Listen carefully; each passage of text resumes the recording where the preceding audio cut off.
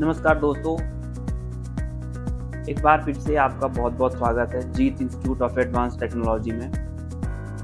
आज मेरे पास जो है एमआई का रेडमी 5 रोजी फ़ोन है। आज मेरे पास ये देखिए, इसमें प्रॉब्लम क्या है कि ये ऑन नहीं हो रहा है, और जैसे मैं चार्जिंग में लगाता हूँ तो चार्जिंग में जो है एमआई का लोगो आता है और फिर ये बार बार जो है रिस्टार्ट होता रहता है। एमआई का लोगो दिखाएगा, फिर चला जाएगा, फिर आएगा, फिर चला जाएगा। देखिए मैं आपको दिखा देता हूँ। ये देखिए मैं इसको लगा रहा हूँ, ये मैंने लगा दिया और ये देखिए वाइब्रेट हुआ और एमआई के लोगो पे आया और फिर जो है चला गया, और फिर जो है वाइब्रेट होगा, फिर एमआई के लोगो पे आएगा, फिर चला जाएगा। देखिए फिर से वैसे ही हो रहा है, ठीक है। तो मैंने इसको चार्जिंग में लगाया हुआ है, बैटरी लगी हुई है, ऐसा नहीं है कि बैटरी नहीं लगी हुई, बैटरी बिल्कुल लगी हुई है, आप देख सकते हैं बैटरी लगी हुई है, ठीक है। और यहाँ पर देखिए, ठीक है, ये देखिए बार बार इसी तरह से होता रहता है। जबकि आप लोग समझ रहे होंगे कि ये बैटरी का प्रॉब्लम है, बट ऐसा नहीं है, ठीक है। बैटरी इसकी फुल चार्ज है, बैटरी ओके है, लेकिन फिर भी ऐसा प्रॉब्लम आ रहा है। और ये कई सारे फ़ोन में एमआई के आता रहता है, ये बहुत कॉमन प्रॉब्लम है एमआई के फ़ोन में। देखो अब मैं इसको जो है बैटरी मैंने हटा दिया और मैं इसको डीसी मशीन में लगा के भी आपको दिखा देता हूँ। ठीक है, 4 वोल्ट 3 एम्पियर पे डीसी मशीन सेट है ऑलरेडी, और मैं इसको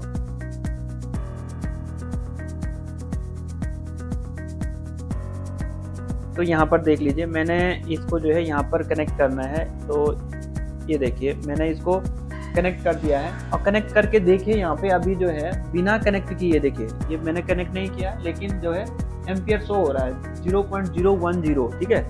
तो जैसे मैं इसको लगा रहा हूँ तो हल्का एम्पियर देखिए ऑटोमेटिक जो है 0.2 एम्पियर हम इसको कह सकते हैं, क्योंकि 10 तो ऑलरेडी था, सिर्फ 2 ही तो बढ़ा। तो इसका मतलब क्या हुआ 0.02। और अब देखिए मैं जैसे ही ऑन ऑफ दबाता हूँ ना, तो ये 81 एम्पियर तक जाता है, मिली एम्पियर तक, और फिर जो है तुरंत ही डाउन हो जाता है। देखिए जैसे मैं दबा देता हूँ, आप यहाँ पे डीसी मशीन पे देख लीजिए, ठीक है। जैसे ही मैं इसको दबाऊंगा, देखिए ये 96 एम्पियर तक गया इस टाइम पे, और फिर जो है वापस आ गया 12 पे, ठीक है, 0.12 पे वापस आ गया। लेकिन अगर मैं अब फिर से दोबारा दबाऊंगा ना, तो कोई एम्पियर नहीं जाएगा, बस एक बार जाएगा, उसके बाद नहीं जाएगा। देखिए दोबारा मैं दबाता हूँ, ये देखिए जो का त्यों ही है, ये एम्पियर कुछ नहीं हुआ, इसमें कोई फ्लक्चुएशन नहीं है, न ये बढ़ा न ये कहीं घटा, ठीक है। जब तक मैं इस बैटरी को नहीं निकालूंगा वापस, तब ये डीसी मशीन को जब तक मैं वापस नहीं निकालूंगा, तब तक ये जो है वैसे ही मतलब कि एम्पियर नहीं दिखाएगा। अब मैंने दोबारा लगा दिया है, और दोबारा लगाने के बाद अब देखिए मैं दोबारा दबाता हूँ, ये देखिए ये दिया एम्पियर और फिर जो है ड्रॉप हो गया। तो इस तरह का इसमें प्रॉब्लम है। तो चलिए अभी इसको जो है प्रॉब्लम को किस तरह से रिपेयर करना वो मैं आपको बता देता हूँ। सबसे पहले तो देखिए कि मैं इसका जो है ना बैटरी पे आपको वोल्टेज चेक करा के दिखा देता हूँ।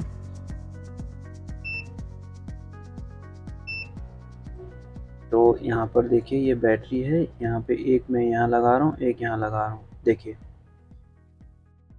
बैटरी चार्ज है और वोल्टेज दिखा रही है ना। तो जो है इसको चार्ज होना चाहिए था, बट ये चार्ज नहीं हो रही है ना। ये जिन दुकानदार भाई साहब ने मुझे दिया है, उन्होंने बताया कि नई बैटरी लगाने के बाद भी सेम प्रॉब्लम है। तो अब जो है मैं आपको इसमें दिखा देता हूँ, बैटरी कनेक्टर पे डायोड मोड पे रख दे रहा हूँ, ठीक है। यहाँ पे मैं अब बैटरी कनेक्टर पे चेक करता हूँ। मैं ये रेड प्रॉब मैंने ग्राउंड पे रख दिया। यहाँ पर देखिए 0 0 आ रहा है, यानी ये नेगेटिव है, और यहाँ पर ये पॉजिटिव है, ठीक है। और इसके बाद जो है मैं यहाँ पर चेक करता हूँ, ये थर्मल वाला ट्रैक है, 400 कुछ वैल्यू दिखा रहा, और ये आईडी का ट्रैक है।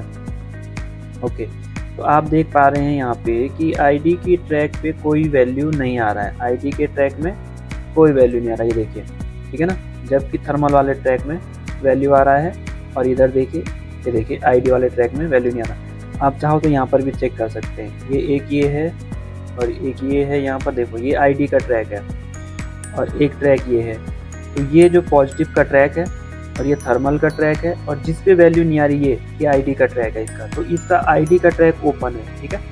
और आईडी का ट्रैक ओपन होने की वजह से जो है इसमें जो है इस तरह की प्रॉब्लम आ रही है। और इसका जो आईडी का ट्रैक है वो इस आईसी में जाता है। यहाँ पे ये PMI 8952 या 8940 लगी होती, 8952 या 40 एक ही आईसी होती है, सेम मतलब उसकी कॉन्फ़िगरेशन सेम है। PMI 8950 नहीं PMI 8952 या PMI 8940 दोनों सेम ही आईसी हैं, ठीक है ना। तो ये इसमें लगी हुई है, क्लियर। तो अब क्या करेंगे हम, मैं एक बार इसमें जो है ना वोल्टेज भी चेक करके देख लेता हूँ, इसमें वोल्टेज भी चेक कर लेते हैं, क्योंकि जो आईडी वाला ट्रैक होना चाहिए इस पर 1.8 वोल्ट आना चाहिए, और जबकि जो थर्मल वाला ट्रैक है उस पर 2.6 वोल्ट के आसपास आना चाहिए। जो भी क्वालकॉम चिपसेट वाला फ़ोन होगा उसमें इसी तरह से होगा, ठीक है ना। मीडियाटेक में थोड़ा डिफरेंट हो जाता है। तो एक बार मैं इसको चार्जिंग में लगा के देख लेता हूँ।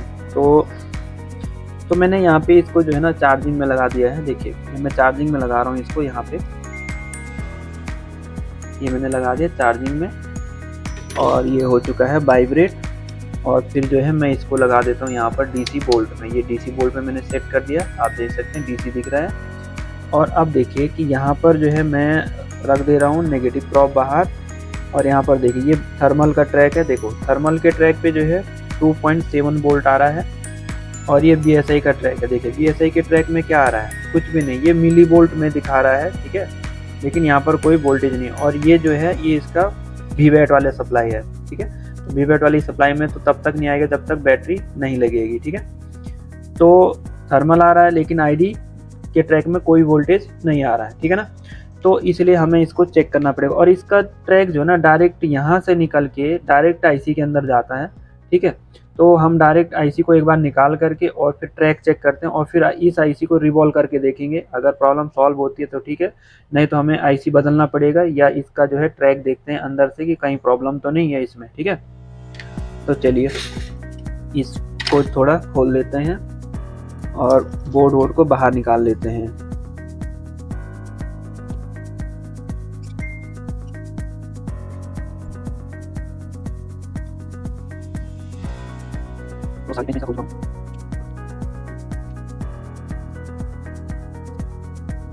तो ये फाइनली मैं इसका बोर्ड बाहर निकाल चुका हूँ, आप देख सकते हैं ये बोर्ड मेरे हाथ में है। तो अब मैं इसको लेके जाने वाला हूँ माइक्रोस्कोप पे, ठीक है।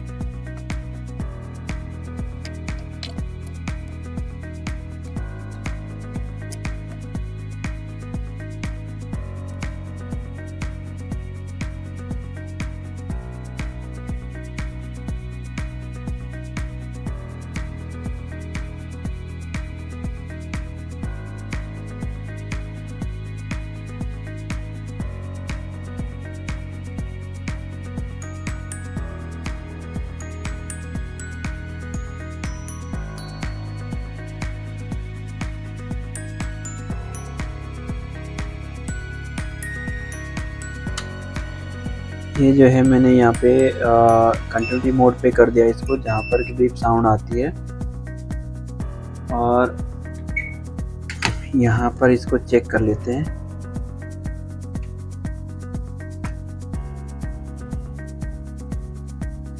जो यहाँ पर ID वाला पिन है ना, वो ये है यहाँ पे, ये यहाँ पे बैटरी कनेक्टर के नियर में, और वो यहाँ पर कनेक्टिविटी दिखाना चाहिए इसको, यहाँ पर किसी एक बॉल से। यहाँ पर देखिए इस वाले बॉल से ये कनेक्ट है, ठीक है, यानी ट्रैक तो इसका ठीक है।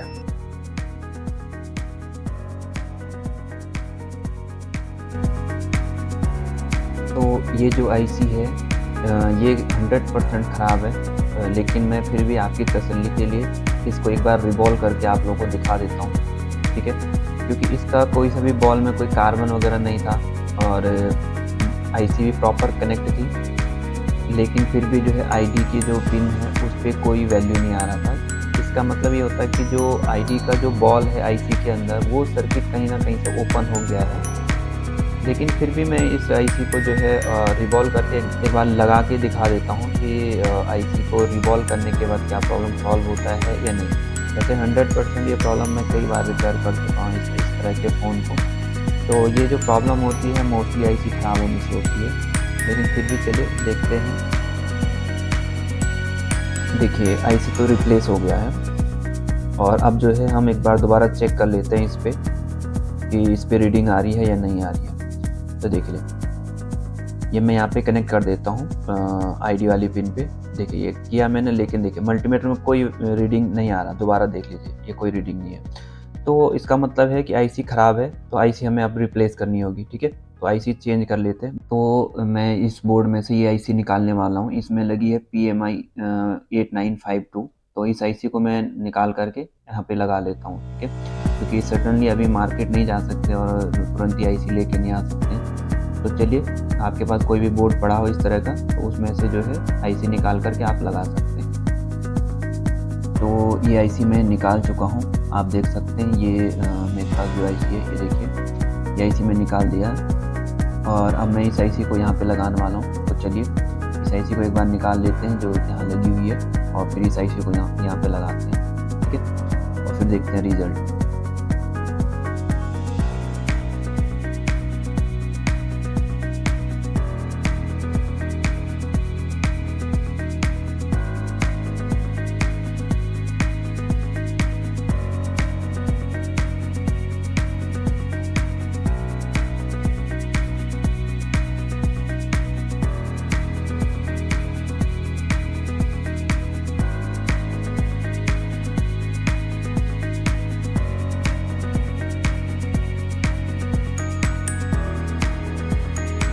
जो है हमने आईसी बदल ली है, और अब आईसी बदलने के बाद अब चेक करते हैं। ये मैंने बेड को ग्राउंड पे रख दिया है और दूसरे टॉप में यहाँ पर चेक करते हैं आईडी। तो आप देख सकते हैं कि अब 4 से 51 यहाँ पर वैल्यू आने लगी है। यहाँ पे ऑलरेडी वैल्यू थी लेकिन ज़्यादा थी, 400 कुछ वैल्यू आ रही थी।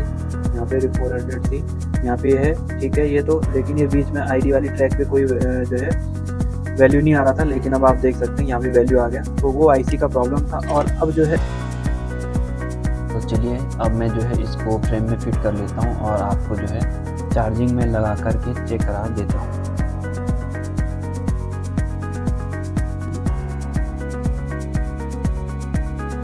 तो थर्मल पे जैसे आपने देखा था कि यहाँ पर जो है थर्मल वाली प्रिंट पे 2.6 वोल्टेज के आसपास आ रहा था। तो यहाँ पर देखिए अभी भी जो है 2.6 आ रहा है, और आईडी पे नहीं आ रहा था। तो अब आईडी पे चेक करते हैं। देखो आईडी पे अब आने लग गया 1.7।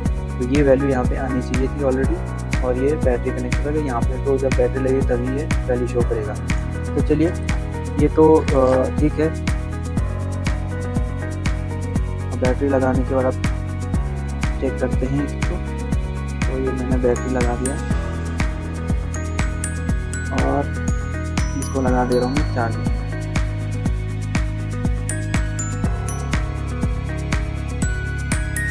ये मैंने चार्जिंग में लगा दिया।